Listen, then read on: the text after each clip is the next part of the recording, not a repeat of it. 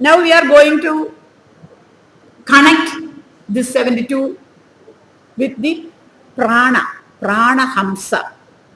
Prana, the pranayama, yoga, people who do the yoga know what pranayama is. We listen to our own breathing sounds, the breathing sounds. We listen to only that, shutting out every other sounds. Now that actually in a day, which is actually divided into 8 hours, into 3 prahara of 8 hours each, that is 24 hours. If a person breathes 15 times per minute, in 24 hours, that is per day, we are breathing 21,600 times. And this is called the Pranahamsa Sankhya. The total Pranahamsa Sankhya of one day is 21,600 times. And Rigveda says the Ardha Prana Sankhya is, what I am coming to is, Rigveda knew this. Veda knew this. That is why it says Dwadasham, that is 12 into 3 into 3 shata, that is 300 is 10,800. That is half of Ardha Prana Sankhya, means half of 21,600. That is 10,800. Now, if in 3 prahara, that is 24 hours, we have 21,600 pranahamsas. In 1 prahara, what is the number of pranahamsa? 72,000. 7,000, not 72,000, 7,200. That one is for the cosmic, 72,000. This is 7,200. Now, if 100th part of that prahara, that is about 288 seconds, which comes to about 4 minutes and 48 seconds, there will be 72 pranahamsas. So if you can concentrate your pranahamsas for 4 minutes and 45 seconds, you are able to really do a dhyana. If you can increase that, you go to dharana, and if you increase that, you go to samadhi. So this pranahamsa sadhana, it is done in Nadalaya Yoga as well as in Patanjali Yoga, and these two are connected. So we are actually integrating every science and every art of this period, of this part. Now, I am not going to the mathematical proof because it will be too much for you. Just that also we can integrate, but I will just skip those things. It will be too much for us. All those things I just no.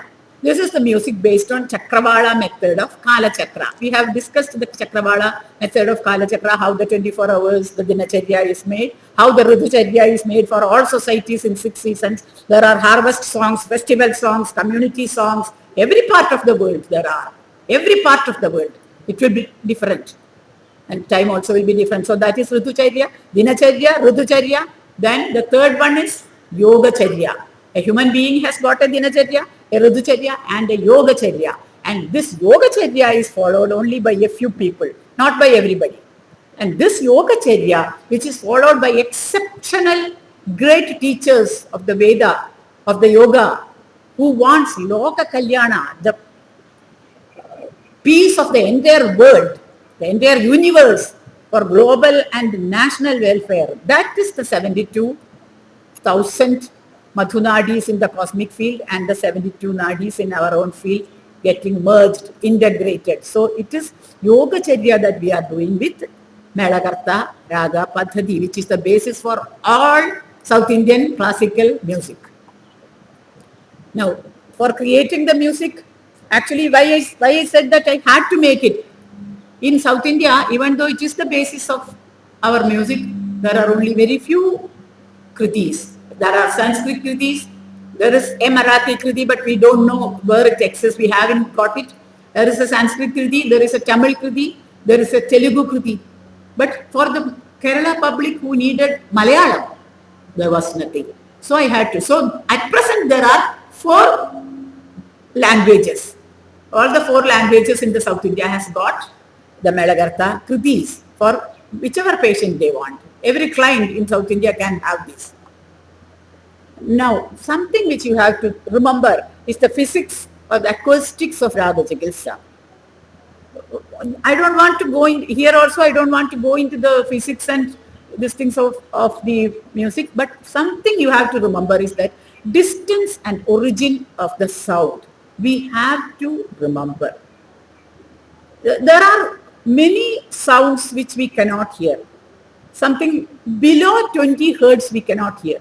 That is the infrasonic sounds, like that of the frequencies of earthquakes, the volcanoes. They happen, but we don't hear it. Only after it bursts we hear it. Before that we don't hear. Our ears cannot hear it. Then above 20,000, they are the ultrasonic sounds, with which we do the ultrasound scan and all nowadays in modern medicine. So these infrasonic and ultrasonic sounds are not audible to our human ear. But then what we hear from 20 hertz to 20,000 hertz is the human hearing range. So it is this hearing range.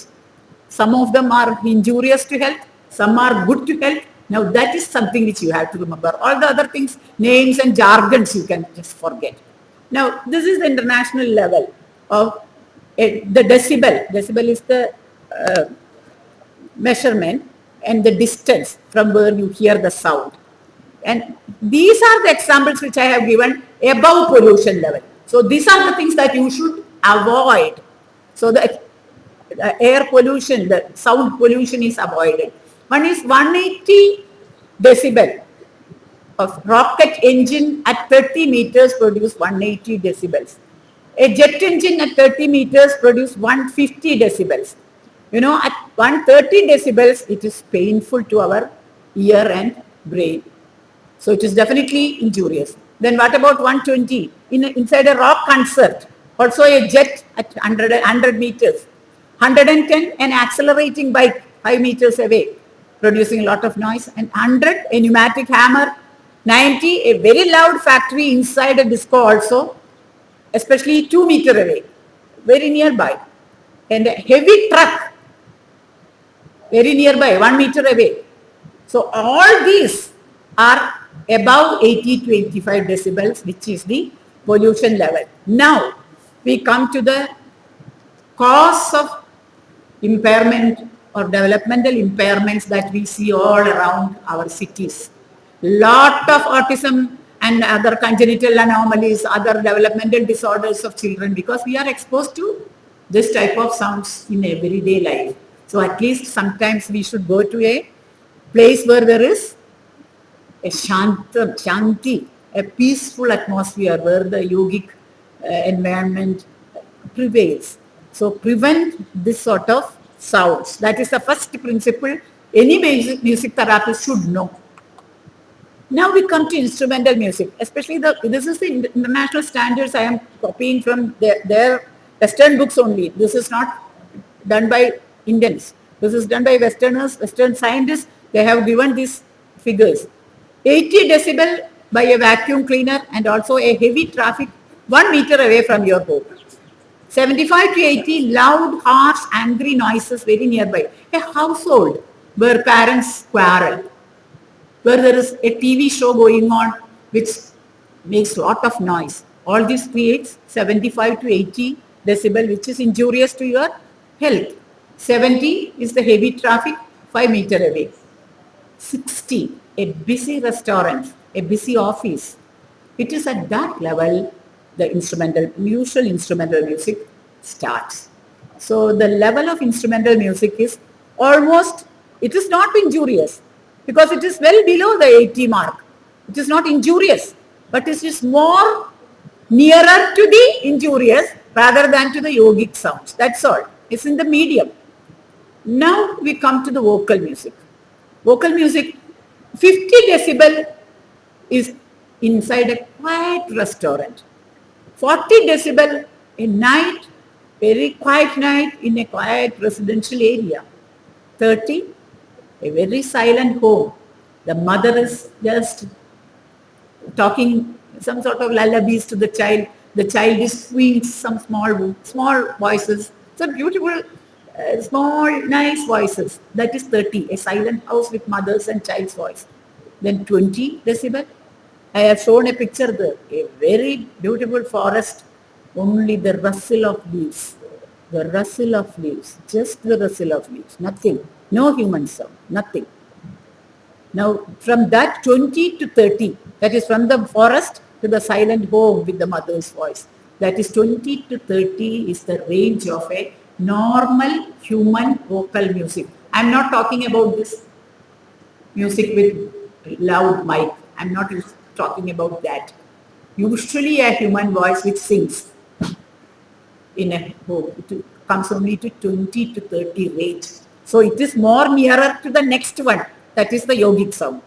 10 decibel, I said earlier, the breath sounds. You are in a yogic position, you are watching your own breath sounds in a pranayama.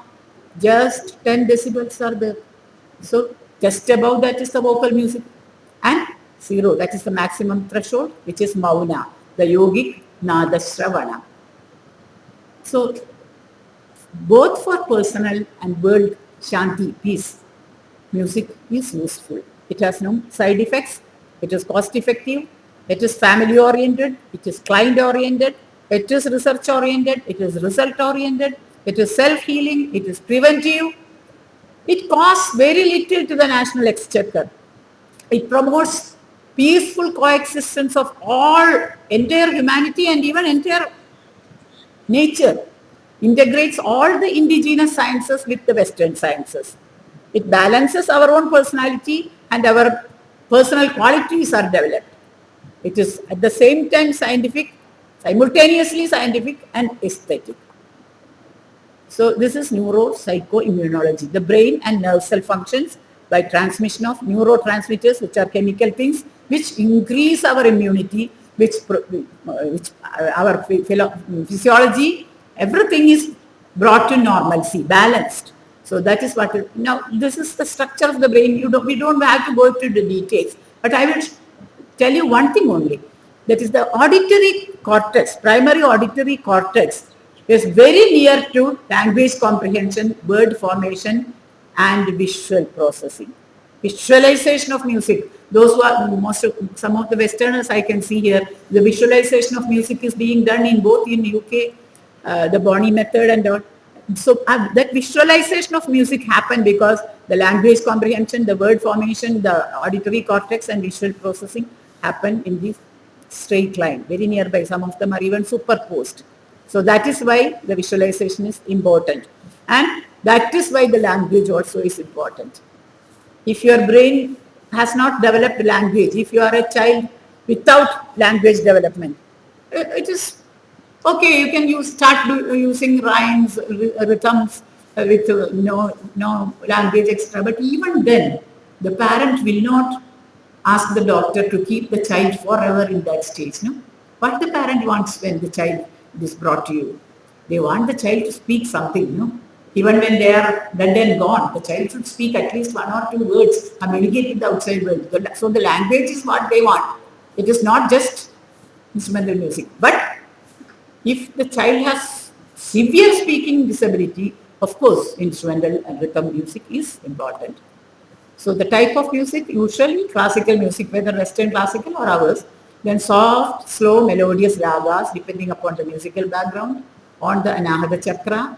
Then if you know the patient's birth star, you can also start using the cosmic energy field. It is very difficult because most of the patients doesn't know that.